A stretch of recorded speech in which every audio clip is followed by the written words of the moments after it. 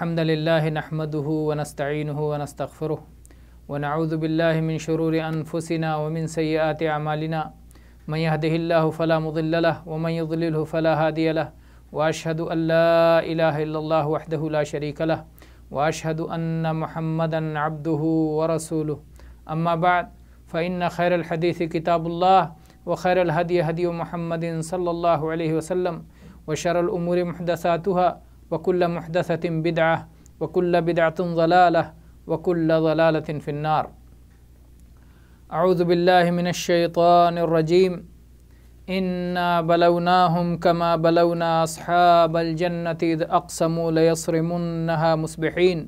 ولا يستثنون فطاف عليها طائف من ربك وهم نائمون فأصبحت كالصريم فتنادوا مصبحين أن اغدوا على حرثكم إن كنتم صارمين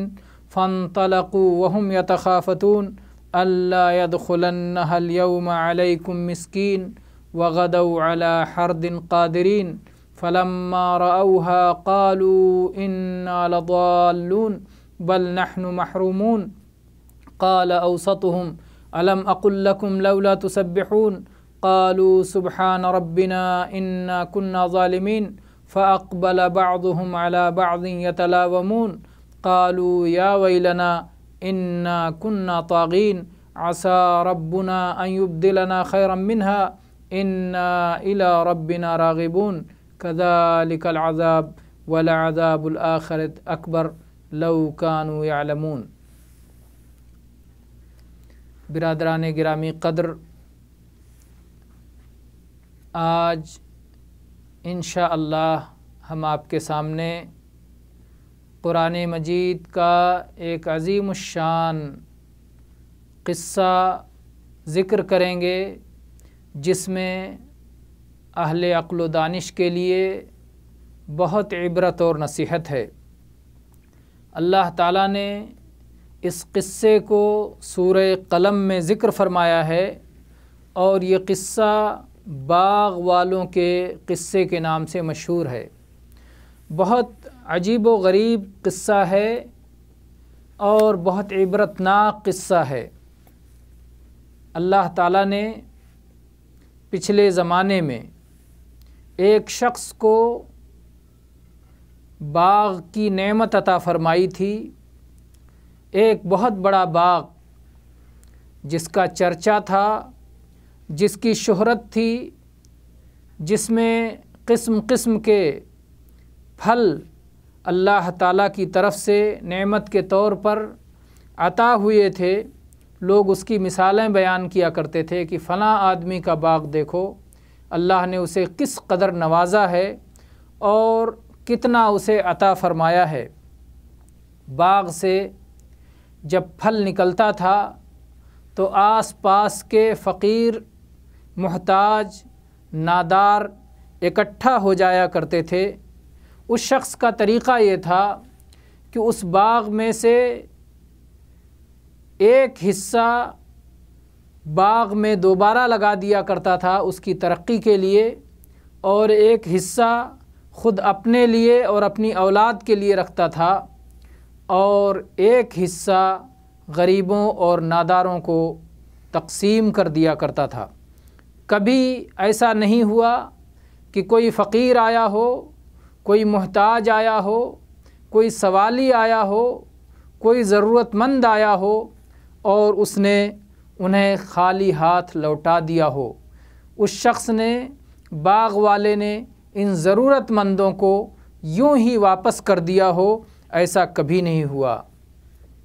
اس کی سیرت لوگوں میں مشہور تھی. اسی لیے جب باغ میں پھل توڑنے کا وقت ہوتا تھا تو فقراء و مساکین ہر طرف سے چل کے باغ کے پاس پہنچ جاتے تھے اور وہاں سے لے کر خوشی خوشی اپنے گھر واپس جایا کرتے تھے. لیکن جب اس شخص کی وفات ہو گئی، حالانکہ اس شخص نے اپنے بچوں کو اس بات کی وصیت بھی فرمائی تھی کہ دیکھو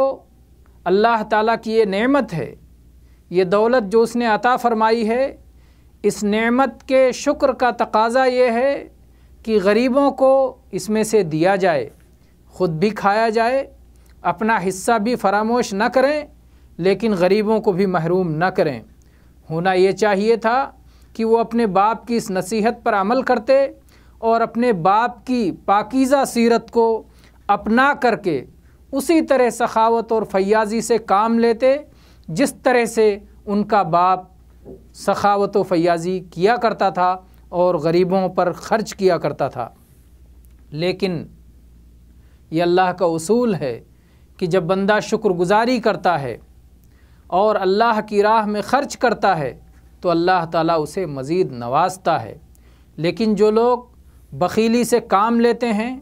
سینت سینت کر جمع کر کے رکھتے ہیں، ذخیرہ اندوزی کرتے ہیں، تو اللہ تعالیٰ انہیں محروم کر دیا کرتا ہے، انہیں مٹا دیتا ہے، ان کے مال سے برکت بھی ختم کر دیتا ہے اور دھیرے دھیرے مال بھی فنا ہو جاتا ہے۔ چنانچہ اس سلسلے میں ابو ہریرہ رضی اللہ عنہ کی بہت معروف حدیث ہے کہ آسمان کے دروازے پر ایک فرشتہ یہ آواز لگاتا ہے ہر دن کہ کون ہے جو آج اللہ کی راہ میں خرچ کرے گا، اللہ اسے مزید نوازے گا، اور کون ہے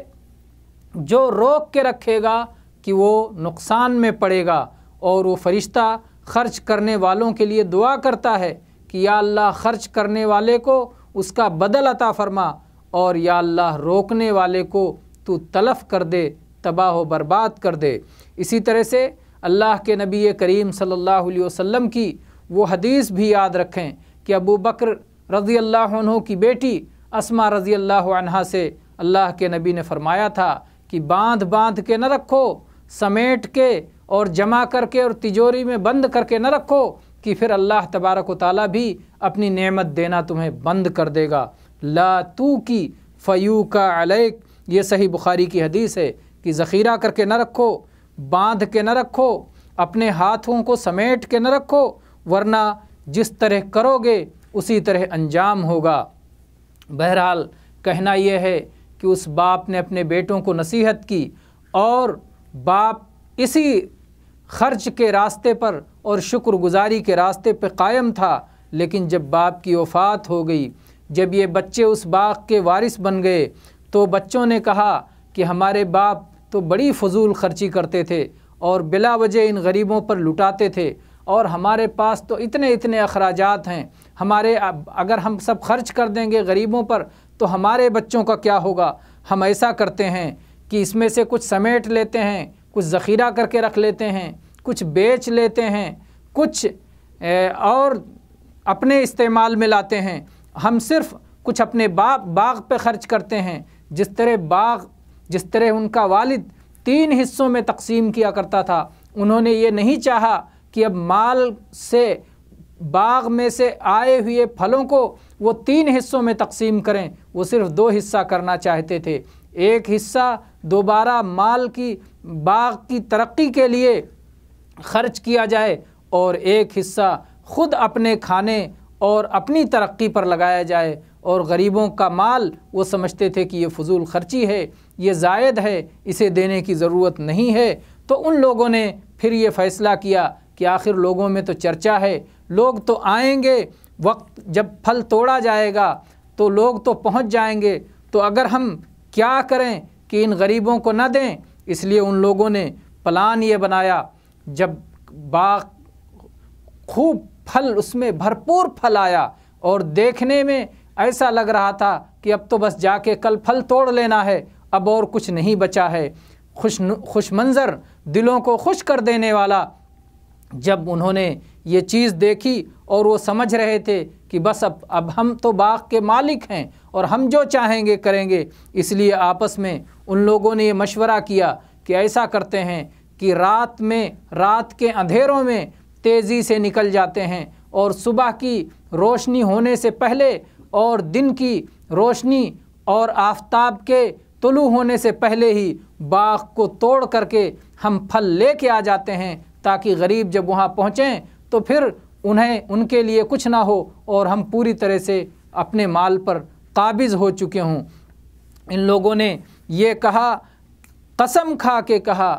کہ ہم صبح جا کر کے اس کو توڑ کے لے کے آ جائیں گے، اور اتنی خوشی میں تھے، اس قدر مگن تھے، اور اس قدر انہیں یہ تصور اور وہم و گمان تھا کہ باغ تو ہمارا ہے، ہماری ملکیت ہے، پھل آیا ہوا ہے، بس توڑنے کی دیری ہے، کہ انہوں نے استثناء بھی نہیں کیا، یعنی انشاءاللہ تک نہیں کہا، اللہ کو یاد تک نہیں کیا کہ اگر اللہ نے چاہا تو ہم جا کے باغ کا پھل توڑ کر کے لائیں گے، جبکہ یہ اللہ کا حق ہے، یہ اللہ کا حق ہے کہ جب بندہ مستقبل کی کوئی بات کہے، کل کی کوئی بات کہے، تو اللہ کو یاد کرتے ہوئے انشاءاللہ کہہ لیا کرے۔ لیکن ان لوگوں نے انشاءاللہ نہیں کہا، اور وہ رات کے اندھیروں ہی میں صبح میں نکل پڑے، چپ کے ایک دوسرے کو بلایا کہ چلو اندھیرے ہی میں چل کے وہاں پہنچ جاتے ہیں اور باغ کا پھل توڑ لاتے ہیں، جبکہ وہ یہ نہیں سمجھتے تھے کہ مال کا اصل مالک تو اللہ ہے۔ اللہ تعالیٰ نے یہ مال امیروں کے ہاتھ میں دیا ہے، دولت مندوں کے ہاتھ میں دیا ہے، یہ اللہ تعالیٰ کی آزمائش ہے، وہی دینے والا ہے، وہی چھیننے والا ہے، وہی امیر کرنے والا ہے، وہی فقیر بنانے والا ہے، وہ جسے چاہے دولت عطا کر دے، وہ جسے چاہے بھکاری بنا دے، یہ تو اللہ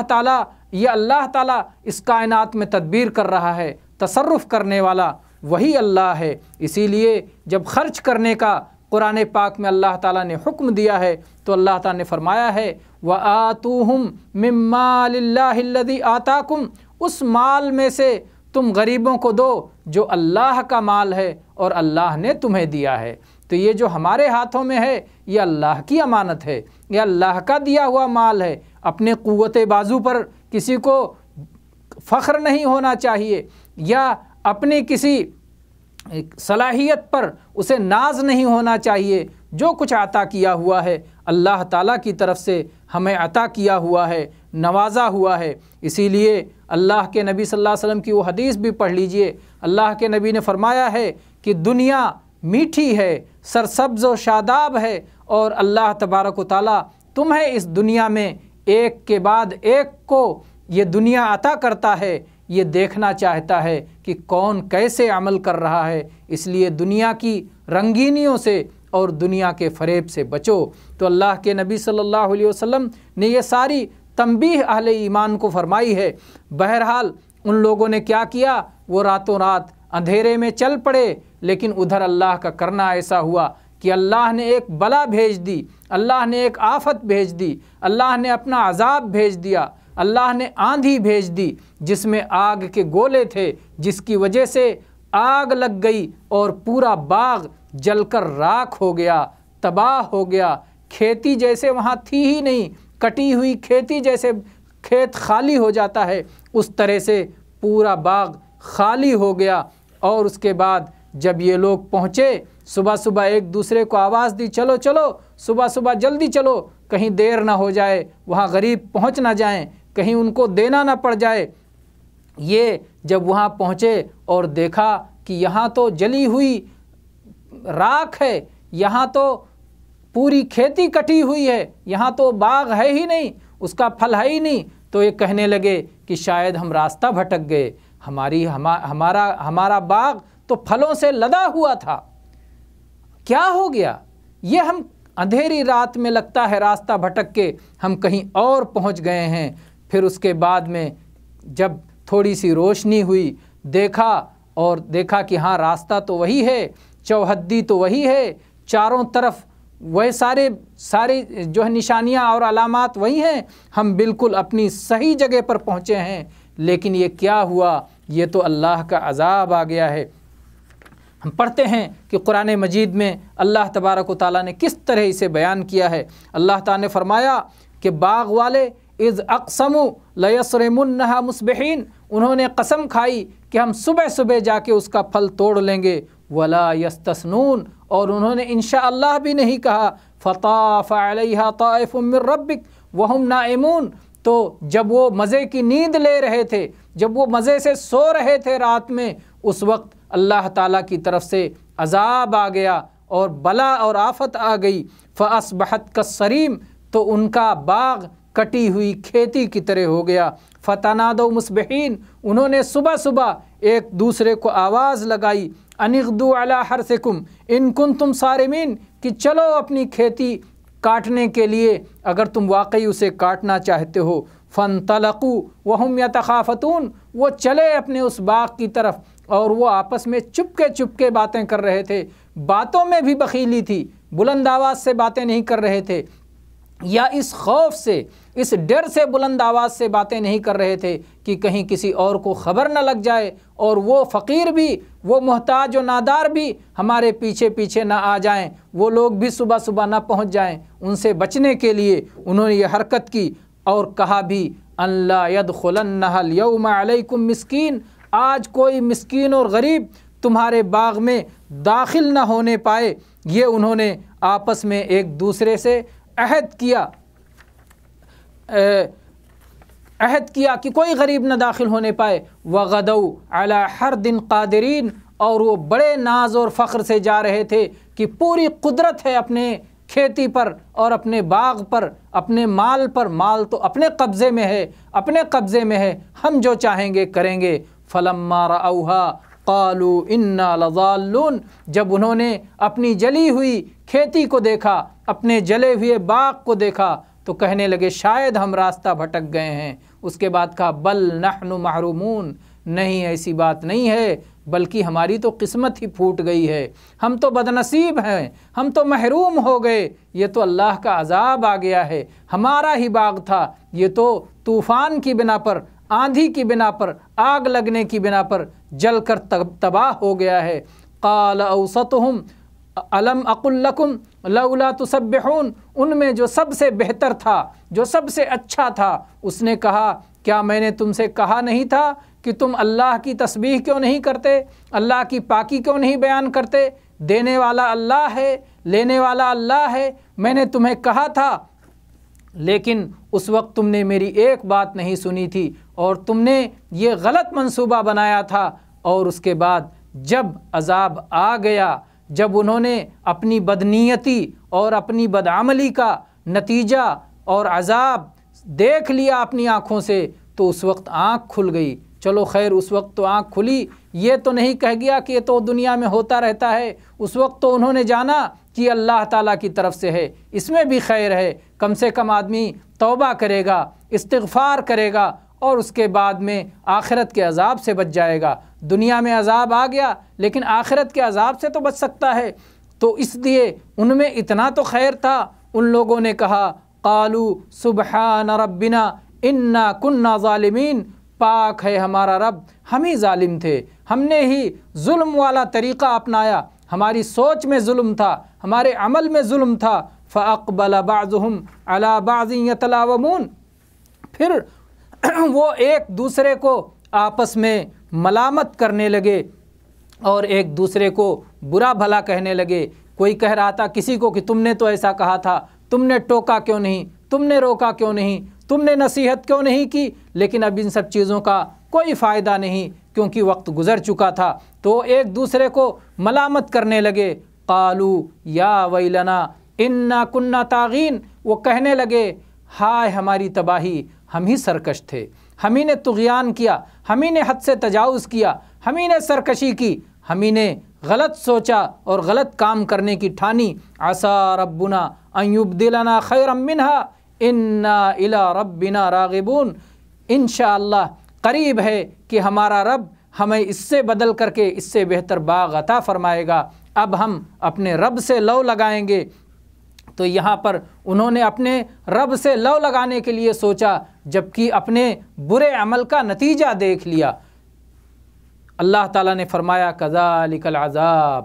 ایسے ہی اللہ تعالیٰ عذاب دیتا ہے۔ ولعذاب الآخرۃ اکبر، یہ تو دنیا کا عذاب تھا، آخرت کا عذاب تو بہت بڑا ہے، آخرت کا عذاب بہت بڑا ہے۔ اور اللہ تعالیٰ نے یہ قرآن اتارا ہی اس لیے ہے، محمد الرسول اللہ صلی اللہ علیہ وسلم کو بھیجا ہی اس لیے ہے، نبیوں کا سلسلہ اور رسولوں کا سلسلہ اور کتابوں کا سلسلہ اللہ تعالیٰ نے اسی لیے جاری رکھا ہے کہ اللہ کے بندے، آدم کے بیٹے، اسی دنیا میں یہ جو اللہ تعالیٰ تنبیہ کے طور پر دنیا میں عذاب بھیجتا رہتا ہے، ان عذابوں کے ذریعے سے اپنے آپ کی اصلاح کر لیں، اپنے آپ کو سدھار لیں، ایمان کو قبول کر لیں، نیک اعمال انجام دیں، ورنہ آخرت کے عذاب میں پھنس جائیں گے تو آخرت کا عذاب تو دائمی عذاب ہے، بہت بڑا عذاب ہے۔ لو کانوا یعلمون، کاش لوگوں کو اس بات کا علم ہو جائے، کاش لوگ اس بات کو سمجھ لیں۔ بہرحال تو یہ اللہ تعالیٰ نے باغ والوں کو آزمایا، یہ ایک مثال ہے ہر اس شخص کے لیے جسے اللہ تعالیٰ نے کسی طرح کی نعمت عطا کی ہو، کوئی بھی نعمت۔ محمد الرسول اللہ صلی اللہ علیہ وسلم اللہ کی نعمت تھے، بہت بڑی نعمت تھے اور ہیں، اور قیامت تک کے لیے آپ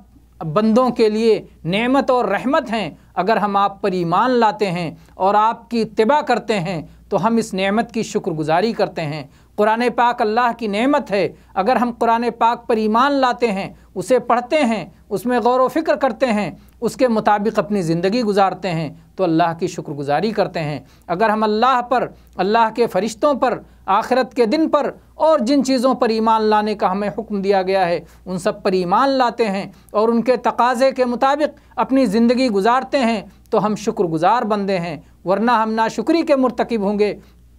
اور پھر ناشکری کے درجات کے مطابق پھر ہم سزا کے مستحق ہو جائیں گے۔ اللہ تبارک و تعالیٰ سے دعا ہے کہ اللہ تبارک و تعالیٰ ہمیں اپنے شکر گزار بندوں میں سے بنائے، اور اگر ہم سے کسی قسم کی ناشکری کا صدور ہو جائے تو اللہ تعالیٰ ہمیں توبہ اور استغفار کی توفیق عطا فرمائے۔ مرنے سے پہلے پہلے اللہ تبارک و تعالیٰ ہمیں راہ حق پر اور صراط مستقیم پر واپس لوٹنے کی توفیق دے اور اسے ہم سے قبول فرمائے اور ایمان پر خاتمہ فرمائے، اور اللہ تعالیٰ اپنے خاص فضل و کرم سے ہمیں جہنم کے عذاب سے بچا کر کے جنت میں جگہ نصیب فرمائے۔ آمین۔ وآخر دعوانا ان الحمد للہ رب العالمین وصلی اللہ علی نبینا وسلم۔